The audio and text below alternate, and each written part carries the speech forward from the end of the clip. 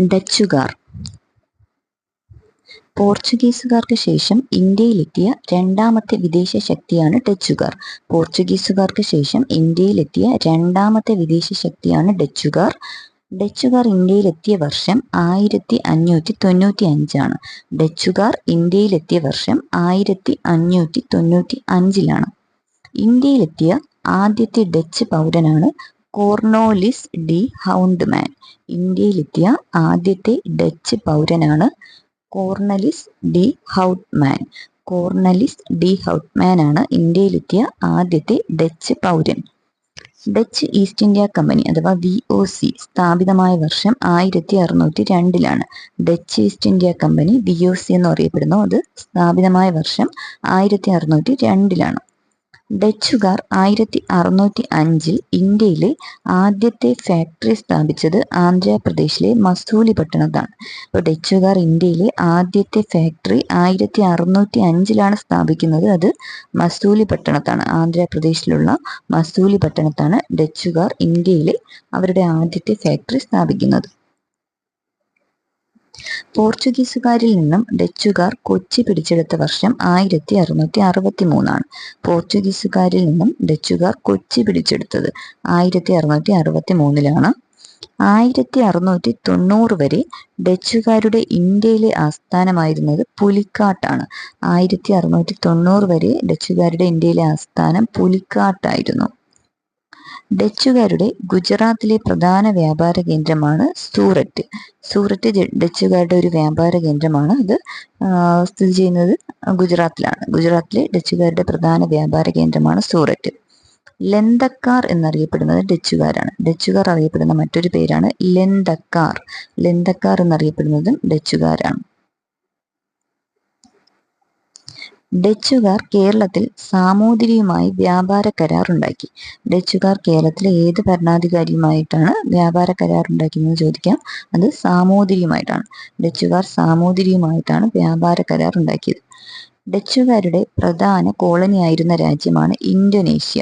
Indonesia ഒരു പ്രധാനപ്പെട്ട Dutch കോളനിയാണ്. ഡച്ചുകാർ കേരളത്തിന് നൽകിയ മഹത്തായ സംഭാവനയാണ് ഹോർത്തൂസ് മലബാറിക്കസ്. ഹോർത്തൂസ് മലബാറിക്കസ് എന്ന് പറയുന്ന ഒരു കൃതിയുണ്ട്. ഡച്ചുകാരുടെ പ്രധാനപ്പെട്ട സംഭാവനയാണ്. അതുപോലെ കുഷ്ഠരോഗികൾക്കായി ഡച്ചുകാർ ആശുപത്രി സ്ഥാപിച്ച സ്ഥലമാണ് പള്ളിപ്പുറം. ഡച്ചുകാർ കുഷ്ഠരോഗികൾക്കായി ആശുപത്രി സ്ഥാപിച്ച സ്ഥലമാണ് പള്ളിപ്പുറം. കേരളത്തിൽ ഡച്ചുകാരുടെ ആധിപത്യത്തിന് അന്ത്യം കുറിച്ചത് കുളച്ചൽ യുദ്ധമാണ്. കുളച്ചൽ യുദ്ധം 1741 കുളച്ചൽ യുദ്ധമാണ് കേരളത്തിലെ ഡച്ച് ആധിപത്യത്തിന് അന്ത്യം കുറിച്ചത്. കേരളത്തിൽ ഡച്ചുകാരുടെ ആധിപത്യത്തിന് അന്ത്യം കുറിച്ച യുദ്ധമാണ് 1741 നടന്ന കുളച്ചൽ യുദ്ധം. കുളച്ചൽ യുദ്ധം നടന്നത് ആരൊക്കെ തമ്മിലായിരുന്നു? മാർത്താണ്ഡവർമ്മയും ഡച്ചുകാരും തമ്മിലാണ് കുളച്ചൽ യുദ്ധം നടന്നത്. 1741 നടന്ന കുളച്ചൽ യുദ്ധം മാർത്താണ്ഡവർമ്മയും ഡച്ചുകാരും തമ്മിലായിരുന്നു. രാമയ്യൻ ദളവ, ഡിലനോയി ഡോണായി എന്നീ 2 യൂറോപ്യൻ കപ്പിത്താന്മാരെ തടവുകാരാക്കിയത് കുളച്ചൽ യുദ്ധത്തിലാണ്. ഈ കുളച്ചൽ യുദ്ധം കഴിഞ്ഞ ശേഷം രാമയ്യൻ ദളവ, തിരുവിതാംകൂർ ദിവാനായിരുന്ന രാമയ്യൻ ദളവ ഡിലനോയി ഡോണായി എന്നീ 2 പേരെ തടവുകാരാക്കി. ഈ 2 യൂറോപ്യൻ കപ്പിത്താന്മാരാണ് ഇവരെ തടവുകാരാക്കി. വലിയ കപ്പിത്താൻ എന്നറിയപ്പെടുന്നത്, ഇതിൽ ഡിലനോയിയാണ് വലിയ കപ്പിത്താൻ എന്നറിയപ്പെടുന്നത്. വലിയ കപ്പിത്താൻ എന്നറിയപ്പെടുന്നത് ഡിലനോയിയാണ്. എറണാകുളം ജില്ലയിലെ ബോൾഗാട്ടി കൊട്ടാരം നിർമ്മിച്ചത് ഡച്ചുകാരാണ്. ബോൾഗാട്ടി കൊട്ടാരം എറണാകുളത്താണ്. അത് നിർമ്മിച്ചത് ഡച്ചുകാരാണ്. 1744 അപ്പോൾ എറണാകുളം ജില്ലയിലെ ബോൾഗാട്ടി കൊട്ടാരം ഡച്ചുകാർ നിർമ്മിക്കുന്ന വർഷം 1744. ലന്തക്കൊട്ടാരം എന്ന അപരനാമത്തിൽ അറിയപ്പെടുന്ന കൊട്ടാരമാണ് മട്ടാഞ്ചേരിയിലേത്. മട്ടാഞ്ചേരി കൊട്ടാരം ലന്തക്കൊട്ടാരം എന്ന അപരനാമത്തിൽ അറിയപ്പെടുന്നു. ലന്തക്കൊട്ടാരം 1789 തിരുവിതാംകൂർ ദിവാനായിരുന്ന രാജാ കേശവദാസ് ഡച്ചുകാരിൽ നിന്നും വിലയ്ക്ക് വാങ്ങിയ കോട്ടയാണ് കൊടുങ്ങല്ലൂർ കോട്ട. കൊടുങ്ങല്ലൂർ കോട്ട വിലയ്ക്ക് വാങ്ങിയത് രാജാ കേശവദാസ് ഡച്ചുകാരിൽ നിന്നും വിലയ്ക്ക് വാങ്ങിയ കോട്ടയാണ്. 1789 തിരുവിതാംകൂർ ദിവാനായിരുന്ന രാജാ കേശവദാസ് ഡച്ചുകാരിൽ നിന്നും ഒരു കോട്ട വിലയ്ക്ക് വാങ്ങി. ആ കോട്ടയാണ് കൊടുങ്ങല്ലൂർ കോട്ട. ഹോർത്തൂസ് മലബാർക്കസ് എന്ന വാക്കിനർത്ഥം മലബാറിന്റെ പൂന്തോട്ടം എന്നാണ്. നേരത്തെ നമ്മൾ പറഞ്ഞ ഡച്ച് കൃതി ഹോർത്തൂസ് മലബാർക്കസ്. ഹോർത്തൂസ് മലബാർക്കസ് എന്ന വാക്കിന്റെ അർത്ഥം മലബാറിന്റെ പൂന്തോട്ടം എന്നാണ്. ഹോർത്തൂസ് മലബാർക്കസ് എന്ന ഗ്രന്ഥം മലയാളത്തിലേക്ക് തർജ്ജമ ചെയ്തത് KS മണിലാൽ. ഹോർത്തൂസ് മലബാർക്കസ് എന്ന ഗ്രന്ഥം മലയാളത്തിലേക്ക് തർജ്ജമ ചെയ്തത് KS മണിലാലാണ്. ഹോർത്തൂസ് മലബാർക്കസ് രചിച്ച ഡച്ച് ഗവർണറാണ് വാൻ റീഡ്. ഹോർത്തൂസ് മലബാർക്കസ് രചിച്ച ഡച്ച് ഗവർണറാണ് വാൻ റീഡ്. പോർച്ചുഗീസുകാരെ പരാജയപ്പെടുത്തിയ ഡച്ച് അഡ്മിറലാണ് അഡ്മിറൽ വാൻ ഗോയുൻസ്. പോർച്ചുഗീസുകാരെ പരാജയപ്പെടുത്തിയ ഡച്ച് അഡ്മിറലാണ് അഡ്മിറൽ വാൻ ഗോയുൻസ്. കോഴിക്കോട് സാമൂതിരിയും ഡച്ചുകാരും തമ്മിൽ ഒപ്പുവെച്ച ഉടമ്പടിയാണ് അഴീക്കോട് സന്ധി. അത് 1661 അഴീക്കോട് സന്ധിയിൽ ഒപ്പുവെക്കുന്നത് കോഴിക്കോട് സാമൂതിരിയും ഡച്ചുകാരും സാമൂതിരിയും തമ്മിൽ ഉണ്ടാക്കിയ ഉടമ്പടിയാണ് അഴീക്കോട് സന്ധി. 1661. ഡച്ചുകാർ 18-ാം നൂറ്റാണ്ടിൽ ഗുരുവായൂരിൽ നിർമ്മിച്ച കോട്ടയാണ് ചേറ്റുവാ കോട്ട. ചേറ്റുവാ കോട്ട ഡച്ചുകാർ നിർമ്മിച്ചതാണ്. 18-ാം നൂറ്റാണ്ടിൽ ഗുരുവായൂരിൽ നിർമ്മിച്ച കോട്ടയാണ് ചേറ്റുവാ കോട്ട. മാർത്താണ്ഡവർമ്മയും ഡച്ചുകാരും തമ്മിൽ മാവേലിക്കര ഉടമ്പടി ഒപ്പുവെച്ച വർഷം 1753. മാവേലിക്കര ഉടമ്പടി ഇമ്പോർട്ടൻ്റ് ആണ്. ഡച്ചുകാരും മാർത്താണ്ഡവർമ്മയും തമ്മിൽ ഒപ്പുവെച്ച ഉടമ്പടിയാണ് മാവേലിക്കര ഉടമ്പടി 1753.